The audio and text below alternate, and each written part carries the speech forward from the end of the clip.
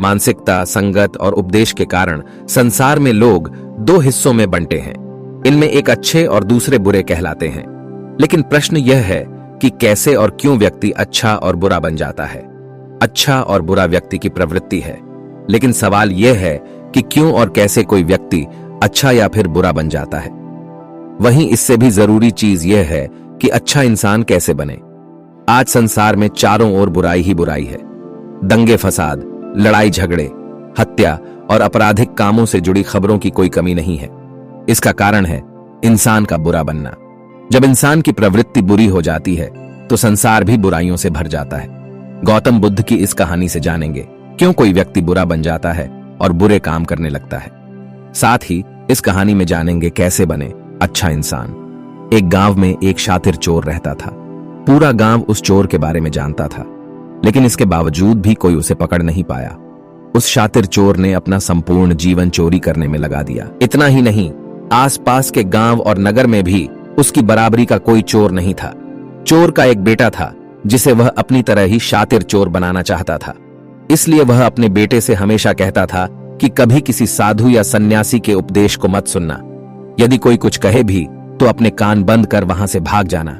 बचपन से ही उसका बेटा अपने पिता से इन्हीं बातों को सुनता आ रहा था, जिस कारण ये बातें उसके मन में बैठ गई थीं। ऐसे में बड़े होकर बेटा भी अपने पिता की तरह शातिर चोर बन गया।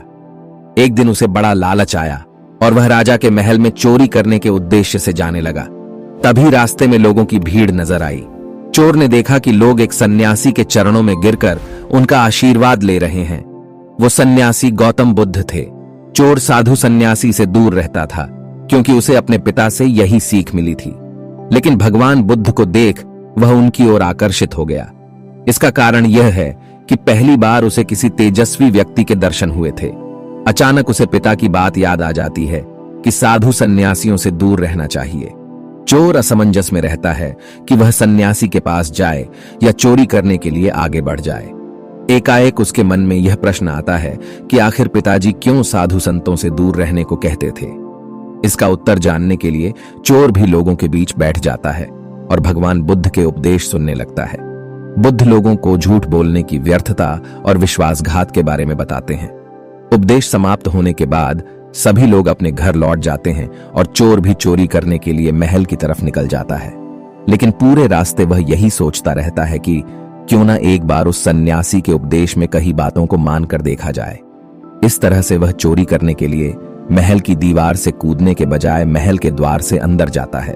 उसे देख महल के द्वारपाल उसे रोकते हैं और भीतर जाने का कारण पूछते हैं। चोर कहता है, मैं चोर हूं और महल में चोरी करने जा रहा हूं। द्वारपाल उसकी बातें सुनकर हंसने लगते हैं और कहते हैं, जरूर यह महल का सेवक या नौकर होगा और हमसे मजाक कर रहा है।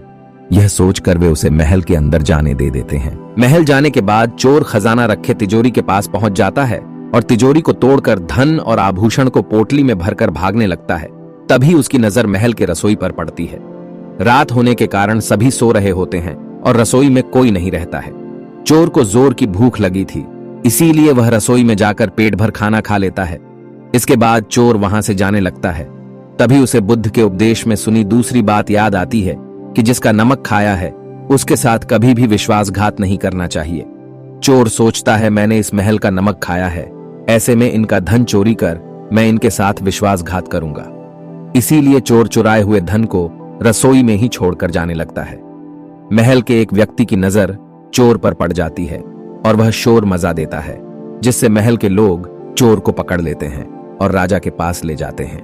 राजा चोर से पूछता है कि जब तुमने चोरी कर ली थी तो फिर इसे छोड़कर क्यों जा रहे थे। चोर कहता है, एक सन्यासी के उपदेश के कारण। चोर की बात से राजा प्रभावित होते हैं और उससे कहते हैं, अगर तुमने ऐसे उपदेश बचपन से ही सुने होते तो तुम कभी चोर बनते ही नहीं। इतना कहकर राजा ने उसे कोई सजा नहीं और छोड़ दिया। लेकिन राजा ने उससे कहा कि एक बात याद रखना, सही संगत और सही उपदेश से ही व्यक्ति अच्छा इंसान बनता है। बचपन से ही गलत संगत और गलत उपदेश मिलने के कारण वह बुरा व्यक्ति बन जाता है। संगत और उपदेश व्यक्ति का जीवन बदल देते हैं।